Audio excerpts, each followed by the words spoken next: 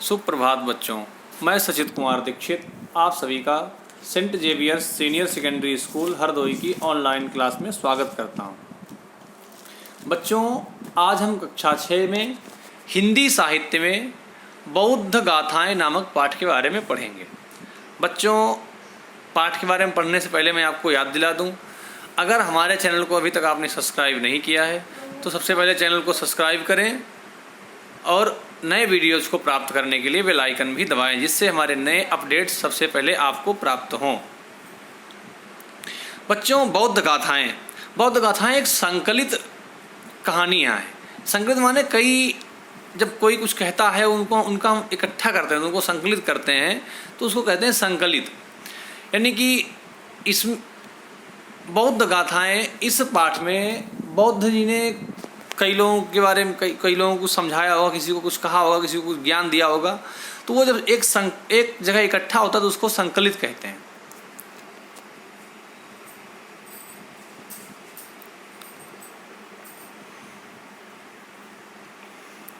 उस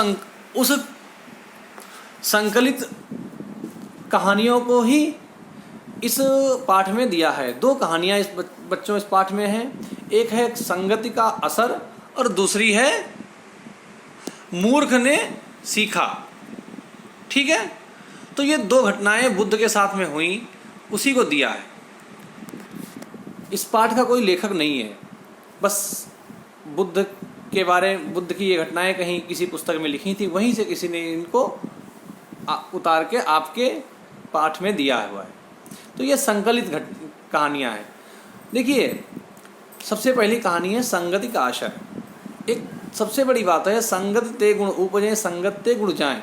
जैसी हमारी संगति होती है, हम पर असर भी स्वभावतः वैसा ही पड़ता है। संगति हमारी यदि अच्छी है तो स्वाभाविक सी बात है हमारे अंदर अच्छे गुण आएंगे। संगति अगर हमारी अच्छी नहीं है तो हमारे अंदर स्वाभाविक सी बात है अच्छे गुण नहीं आएंगे। इस पाठ में बुद्ध और बुद्ध के कुछ शिष्य हैं जो शाम दिन के तीसरे पहरे अर्थात दोपहर से कुछ पहले कहीं जा रहे होते हैं। रास्ते में एक रस्सी पड़ी हुई होती है। रस्सी को बुद्ध देखते हैं और अपने एक शिष्य से कहते हैं, इस रस्सी को उठाओ। क्योंकि उन्हें उस रस्सी से मतलब नहीं होता है, उस रस्सी के माध्यम से एक शिक्षा देनी होती है समाज को, इसलिए उस रस्सी को उठाने के लिए कहते हैं। फिर अपने शिष्य से कहते हैं, इसको सूंघो। तो वो रस्सी को जैसे सूंघता है और शिष्य कहते हैं, इसमें बहुत दुर्गंध आ रही है। तो बुद्ध कहते हैं, क्यों दुर्गंध क्यों आ रही है इसमें? रस्सी तो सामान्यतया किसी रस्सी में तो कोई गंध होती नहीं है, तो इसमें दुर्गंध क्यों आ रही है? तो शिष्य कहता है, शायद इसमें मछलियाँ बांधी गई होंगी। फिर बुद्ध कहते हैं कि रस्सी से दुर्गंध क्यों आ रही है, क्या कोई बता सकता है? ये दुर्गंध? तो सभी लोग सोचने लगते हैं कि आखिर ये रस्सी से क्यों आ रही है। तो बुद्ध कहते हैं कि रस्सी में मूल रूप से कोई भी गंध नहीं होती है, लेकिन चूँकि यह मछली बांधने के काम में, मछलियों के साथ मेरी मछलियों में तो गंध होती है, इसलिए इस रस्सी का भी वही गुण हो गया, यानी इस रस्सी में भी गंध आने लगी। अब इसको जो छुएगा, जिसको जो यूज करेगा, उसके हाथों में भी गंध आए, वही गंध आनी शुरू हो जाएगी।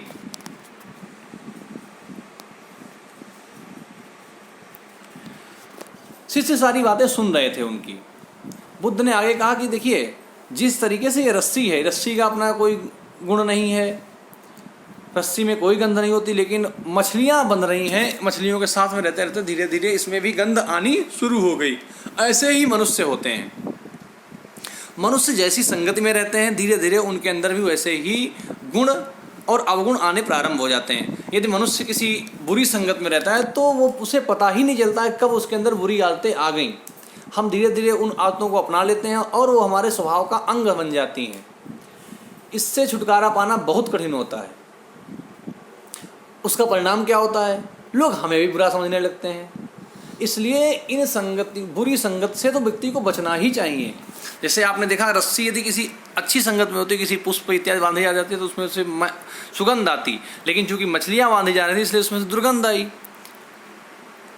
लेकिन इस रस्सी के टुकड़े से बुद्ध उदाहरण समझाना क्या चाह रहे थे? बुद्ध का केवल एक उपदेश यही था कि मनुष्य कोई अच्छा या बुरा जन्म नहीं लेता है, मनुष्य ही जन्म लेता है, केवल मनुष्य बन कर।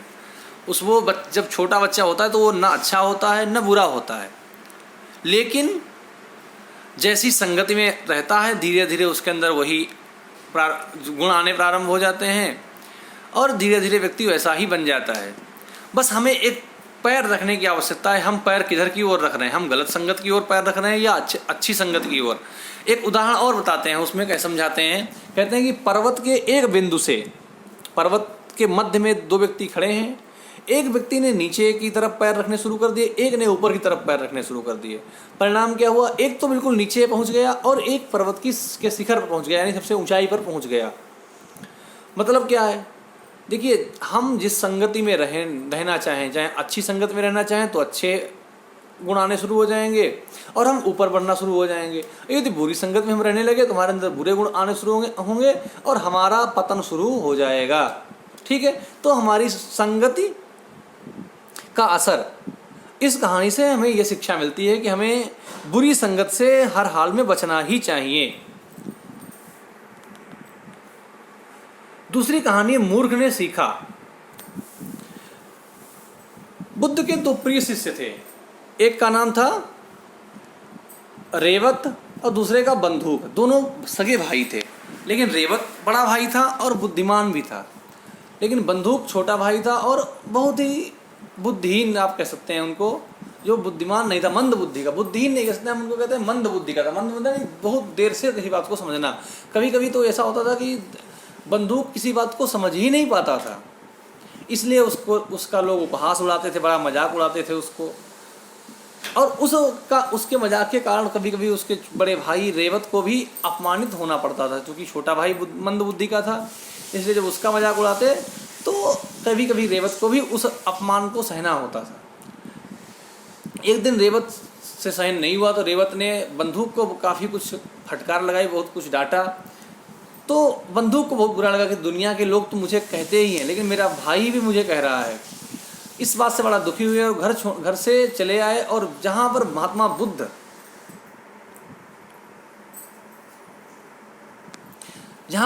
बुद्ध बैठे हुए रहते थे, उन्हीं के घर के बाहर आके रोने लगे। द्वार पर बैठकर बुद्ध जी बाहर आए। बुद्ध ने पूछा, बंधुक तुम क्यों रो रहे हो? आखिर वजह क्या तुम्हारी रोने की? क्यों रो रहे हो? तब बुद्ध ने कहा कि लगता है मुझसे सब लोग तंग हो गए, क्योंकि दुनिया तो मुझे डांटती है, दुनिया के लोग तो मेरा मजाक उड़ाते ही हैं, लेकिन अब तो मेरा सगा भाई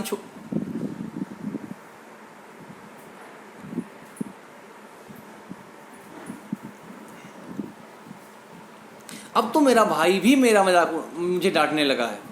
बुद्ध ने कहा, ठीक है, तुम चिंता मत करो, मैं तुम्हारी सहायता अवश्य करूंगा। तुम आज नहीं, कल सुबह आओ, कल सुबह मैं तुम्हारी सहायता अवश्य करूंगा।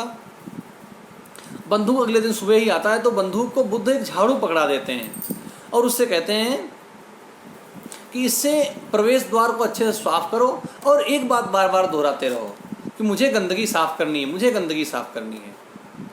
अब समस्या इस बात की थी कि बंदूक इतना मंद बुद्धि था, उसके कुछ समझ में नहीं आता था। उसको एक बात को समझने में तो कई बार लगते, तो उसने कई बार पूछा महात्मा बुद्ध से कि क्या हमें करना है, क्या आपने कहा। बड़ा उलझन में पड़ गया, क्योंकि उसके समझ में नहीं आई बात कि हमें क्या बोलना है। तो महात्मा बुद्ध ने उसको समझाया कि तुम धीरे धीरे दोहराओ कि मुझे गंदगी साफ करनी, लेकिन वो इतना शब्द, मुझे गंदगी साफ करनी, इतना शब्द भी वो याद नहीं कर पा रहा था, इतना भी भूल जाता था बार बार।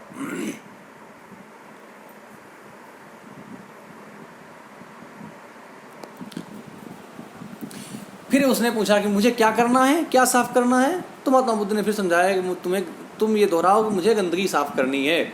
लेकिन वो फिर जो है उस बात में उलझन में पड़ गया कि फिर भूल गया कि क्या भी कहा था इन्होंने। तब तक उसका बड़ा भाई रेवत भी आया, जिससे महात्मा बुद्ध ने ये कहा कि इसको इस बात का अभ्यास कराओ, इसको ये बोलना सिखाओ कि मुझे गंदगी साफ करनी है, मुझे गंदगी साफ करनी है। इस बात को बोलना सीख जाए, इसको अभ्यास करा दो। तो कई बार दोहराने पर धीरे धीरे बंदूक को ये शब्द याद हो गया, ये वाक्य कि मुझे गंदगी साफ करनी है।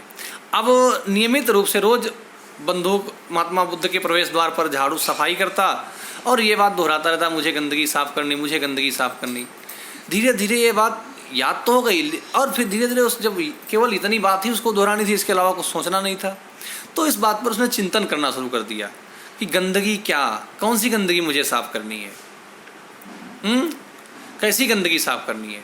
तो उसके मन में धीरे धीरे विचार आने लगे कि देखिए गंदगी तो दो प्रकार की होती, एक तो बाहर गंदगी है, वो झाड़ू से साफ हो सकती है। दूसरी गंदगी एक होती है जो मन के अंदर गंदगी होती है, मन यानी मन में हमारे जब बुरे विचार आते हैं तो वो मन की गंदगी होती है, तो हमें उसको भी तो साफ करना है, उसको भी दूर करना है। तो धीरे धीरे इन सब बातों पर वो विचार करता करता अच्छे से समझने लगा।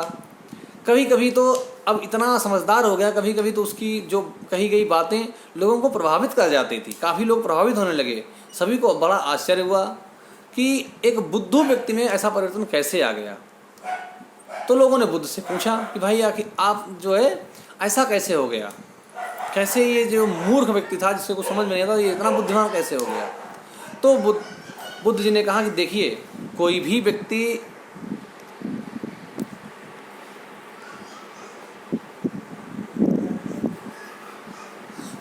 मूर्ख या बुद्धिमान उत्पन्न नहीं होता है, हैं? ऐसा नहीं है जो बच्चा पैदा हुआ वो जो है वो पैदा होते ही बहुत बड़ा बुद्धिमान हो गया, धीरे धीरे अभ्यास से वो बुद्धिमान होता है। हाँ, कभी कभी ऐसा अवश्य होता है कि किसी में बड़े होने पर किसी से अधिक बुद्धि हो सकती है, वो बात उचित है, लेकिन बिल्कुल जो व्यक्ति पैदा हुआ मूर्ख ही पैदा हुआ जिंदगी में मूर्ख रहेगा ऐसा नहीं है। तो एक मूर्ख को भी समझ में आया, ये इसका जीता जाता उदाहरण एक बंदूक नाम का व्यक्ति था जिसको महात्मा बुद्ध ने एक मूर्ख से बुद्धिमान बना दिया।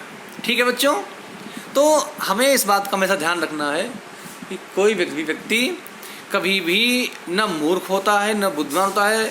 अभ्यास करते करते व्यक्ति धीरे धीरे जो मूर्ख होता है, जिसके समझ में कुछ नहीं आता, उसको भी धीरे धीरे सब कुछ समझ में आने लगता है। ठीक है बच्चों, अब कुछ मौखिक प्रश्न हैं जिनका आपको उत्तर देना है। आप सभी ने पाठ को अच्छे से पढ़ा है, समझा भी है, अब आपसे मैं प्रश्न पूछ रहा हूँ जिनका आपको उत्तर देना है। मौखिक प्रश्न, पहला प्रश्न है, बुद्ध ने भिक्षु को क्या सूंघने को कहा। बुद्ध रास्ते में जा रहे थे तो उन्होंने बुद्ध जी ने भिक्षुक को क्या सूंघने के लिए कहा था। रस्सी का टुकड़ा, बहुत सुंदर, रस्सी पड़ी हुई थी उसको सूंघने के लिए कहा था। बुद्ध ने मनुष्य को किसके समान बताया।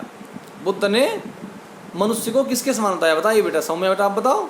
हाँ बहुत सुंदर, बुद्ध ने मनुष्य को रस्सी के टुकड़े के समान बताया। जैसे रस्सी का टुकड़ा, उसमें कोई अपना गुण नहीं होता है, जिसके साथ रहता है, अगर गंदगी में रहा तो उसमें दुर्गंध आनी शुरू हो जाती है, और स्वच्छता में रहा, पुष्पों के साथ रहा तो उसमें सुगंध आनी प्रारंभ हो जाती है। बंदूक को किसकी बातों से ठेस पहुंची। बंदूक को किसकी बातों से ठेस पहुंची, बताओ बेटा वैभव। हाँ बहुत सुंदर, बंदूक को अपने भाई रेवत की बातों से ठेस पहुंची। बुद्ध ने बंदूक को क्या करने के लिए कहा। बुद्ध ने बंदूक को क्या करने के लिए कहा था, कौन बताएगा, प्रखर बताएंगे, बताओ बेटा। हाँ बहुत सुंदर, बुद्ध ने बंदूक को द्वार स्वच्छ करने के लिए कहा था, और बार बार एक शब्द दोहराने के लिए कहा था कि यह गंदगी साफ करनी है, गंदगी साफ करनी, यह शब्द दोहराने के लिए कहा था। ठीक है,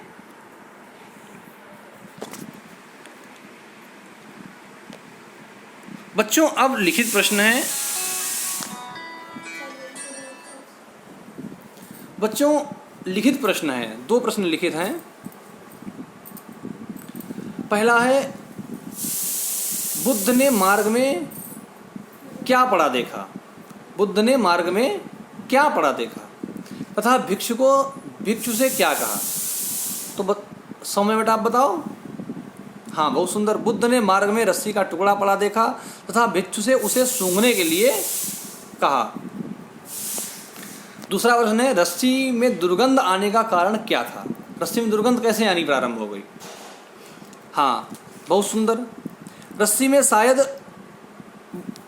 में दुर्गंध आने का कारण था उसमें मछलियां बांधी गई थी, उस रस्सी से मछलियां बांधी गई थी, इसलिए उस रस्सी से दुर्गंध आनी प्रारंभ हुई थी।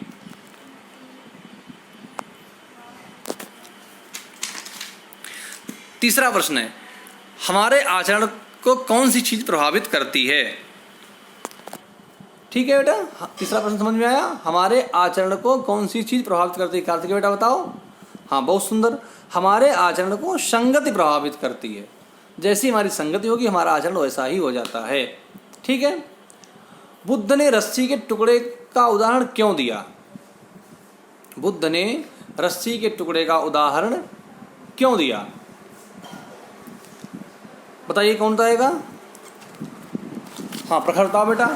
बुद्ध ने रस्सी के टुकड़े का उदाहरण इसलिए दिया क्योंकि मनुष्य भी जैसे लोगों की संगत में रहता है उसी के गुण को अपना लेता है। रेवत को किस कारण बार बार लज्जित होना पड़ता था? जयती बेटा बताओ, रेवत को किस कारण बार बार लज्जित होना पड़ता था? बहुत सुंदर। रेवत को अपने भाई बंदूक की मूर्खता के कारण बार बार लज्जित होना पड़ता था। अब दीर्घ उत्तरीय प्रश्न हैं जिनके आपको उत्तर अपनी नोटबुक में लिखने हैं। पहले आप अच्छे से पाठ को पढ़िएगा, उसमें जो समझ में ना आए उसको आप पूछिएगा कमेंट बॉक्स में, और फिर इन प्रश्नों के उत्तर दीजिएगा। बंदूक बुद्ध के द्वार पर जाकर क्यों रोने लगा तथा इससे उसके जीवन में क्या परिवर्तन आया? गंदगी किसी व्यक्ति के मन के बुरे विचारों का भी प्रतीक है। इस कथन से क्या तात्पर्य है? बुद्ध ने लोगों को बंदूक में आए परिवर्तन का क्या कारण बताया? तीसरा प्रश्न, बुद्ध ने लोगों को बंदूक में आए परिवर्तन का क्या कारण बताया?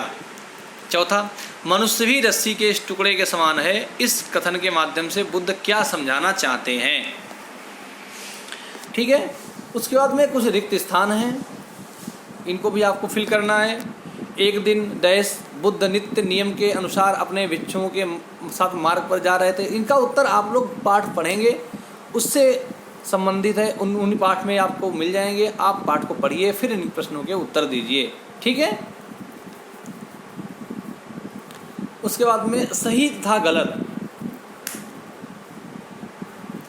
सही कथन के आगे आपको सही का निशान लगाना तथा गलत के आगे आपको गलत का निशान लगाना है। मूल रूप से रस्सी में कोई गंध नहीं होती है। मूल रूप से रस्सी में कोई गंध नहीं थी। सही है या गलत है? कौन बताएगा? हाँ बता बेटा कार्तिकेय। हाँ बहुत सुंदर। नहीं, मूल रूप से रस्सी में कोई गंध नहीं थी, वो तो मछलियों के साथ रहने से उसमें दुर्गंध पैदा हो गई। बुरे लोगों की संगत में आ जाने पर हम भी बुरी आदतें अपना लेते हैं। सही है या गलत है? हाँ बता बेटा, उल्टा बेटा बताओ। हाँ बहुत सुंदर, अपना सही आता है। हम जब जैसी संगत में रहते हैं उसे ही गुणों को अपना लेते हैं। सब जन्म से ही अच्छे या बुरे होते हैं, यह सही है या गलत है? कौन बताएगा? मुस्कान बेटा बताओ। नहीं, यह गलत है, क्योंकि कोई भी जन्म से अच्छा या बुरा नहीं होता है। बड़ा भाई रेवत मंद बुद्धि था, यह सही है या गलत है? गलत है। छोटा भाई बंदूक मंद बुद्धि था। बंदूक को बड़े भाई की बातों से पीड़ा पहुंची और वह घर छोड़कर चला गया। सही है या गलत है? कौन बताएगा? रिद्धि बताओ बेटा। हाँ सही है। कुछ लोग निश्चित रूप से अन्य लोगों से अधिक बुद्धिमान होते हैं। सही है या गलत है? बताओ कौन बताएगा? उत्कर्ष बेटा बताओ। हाँ सही है। कुछ लोग निश्चित रूप से दूसरों से बुद्धिमान हो सकते हैं, लेकिन कोई जन्म से मूर्ख नहीं होता है, ये निश्चित है। ठीक है बेटा। बच्चों अब इसके बाद आपको जो भी पूछना है, जो समझ में ना आए, आप पाठ को अच्छे से पढ़िए। एक बार पढ़िए, 2 बार पढ़िए, और आपको सारे प्रश्नों के उत्तर अब आपके पाठ में मिल जाएंगे। आपको सब कुछ अच्छे से समझ में भी आएगा। आज के पाठ में बच्चों इतना ही। धन्यवाद। मिलते हैं अगले क्लास में अगले वीडियो के साथ।